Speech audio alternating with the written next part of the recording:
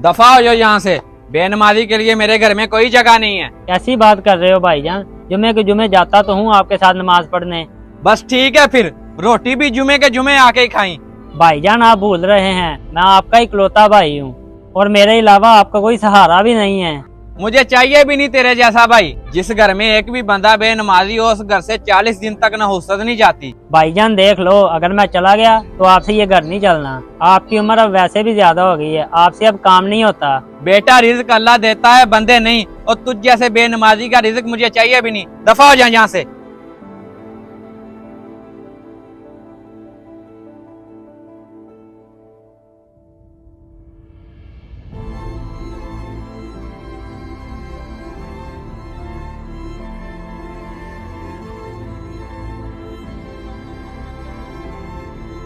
या अल्लाह तू ही उसे हिदायत नसीब फरमा। मैं तो थक गया हूँ अपने भाई को समझा समझा कर।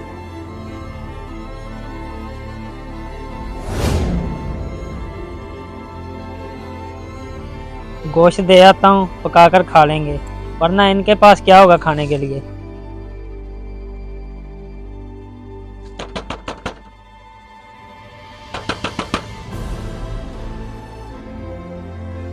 ओ तू फिर आ गया, तुझे मेरी बात की समझ नहीं आई थी? भाईजान बस करें, गुस्सा थूक दें, दोपहर का वक्त हो गया, किसी ने कुछ नहीं खाया होगा। ये मैं गोश्त लाया हूँ, पकाकर खा लें। मुझे नहीं चाहिए तेरा लाया हुआ गोश्त। जब तक तू नमाज पढ़ना शुरू नहीं कर देता तेरे हाथ की कोई चीज नहीं खाऊंगा मैं।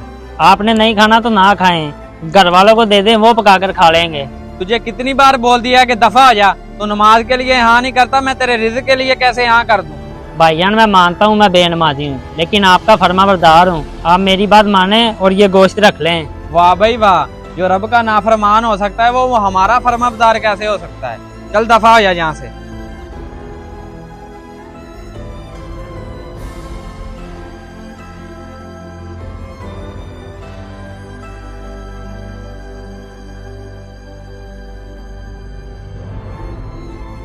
अरे मुराद, खैरियत तो है? बड़े परेशान नजर आ रहे हो और इतनी सर्दी में कहाँ से आ रहे हो?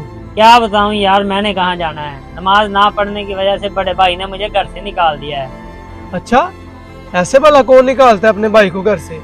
चला मैं तेरे भाई से बात करता हूँ। यार सगे भाई को उन्होंने घर से निकाल दिया है, तेरी बात वो क्या सुनेंगे। यार तू चल तो सही, आजा बात करके देख लेते हैं।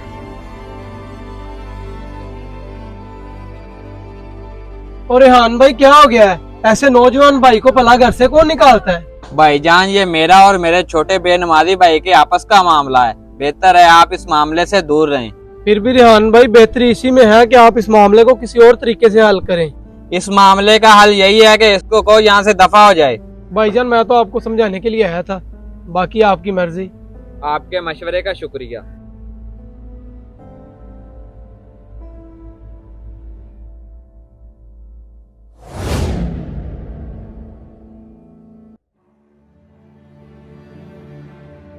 अस्सलाम वालेकुम शहजाद भाई, मुझे आपसे एक बहुत जरूरी बात करनी थी। वालेकुम अस्सलाम रेहान भाई, हुक्म करें।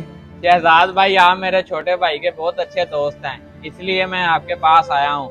उसके बारे में एक बहुत जरूरी आपसे बात करनी है मुझे। जरूरी बात करनी है? आए फिर घर बैठ के करते हैं।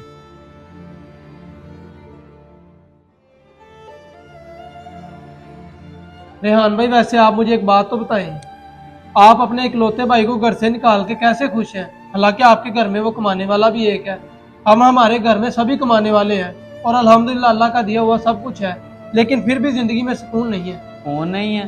शहजाद भाई आप एक बात तो बताएं, जब अजान होती है आप नमाज पढ़ने जाते हैं?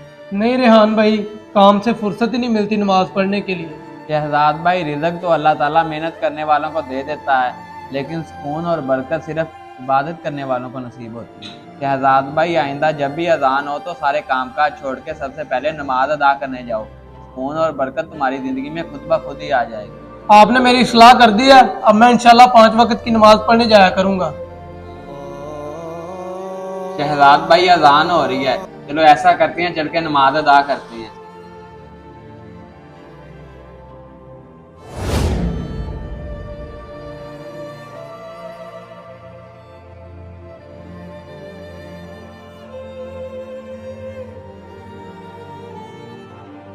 देखे रेहान भाई, माशाल्लाह आपका छोटा भाई नमाज पढ़ रहा है। माशाल्लाह, अल्लाह पाक ने इसे भी हिदायत दे दी। भाईजान ये कैसे हो सकता है कि जब वालिदैन अपने बच्चों को सख्ती से नमाज का बोलें तो वो नमाज के पाबंद ना हो। ये वालिदैन की जिम्मेदारी है कि वो अपने बच्चों को नमाज का पाबंद बनाएं। हमें चाहिए कि हम अपनी औलाद पर नमाज पढ़ने की सख्ती करें, क्योंकि नमाज दीन इस्लाम का पहला रुकन है।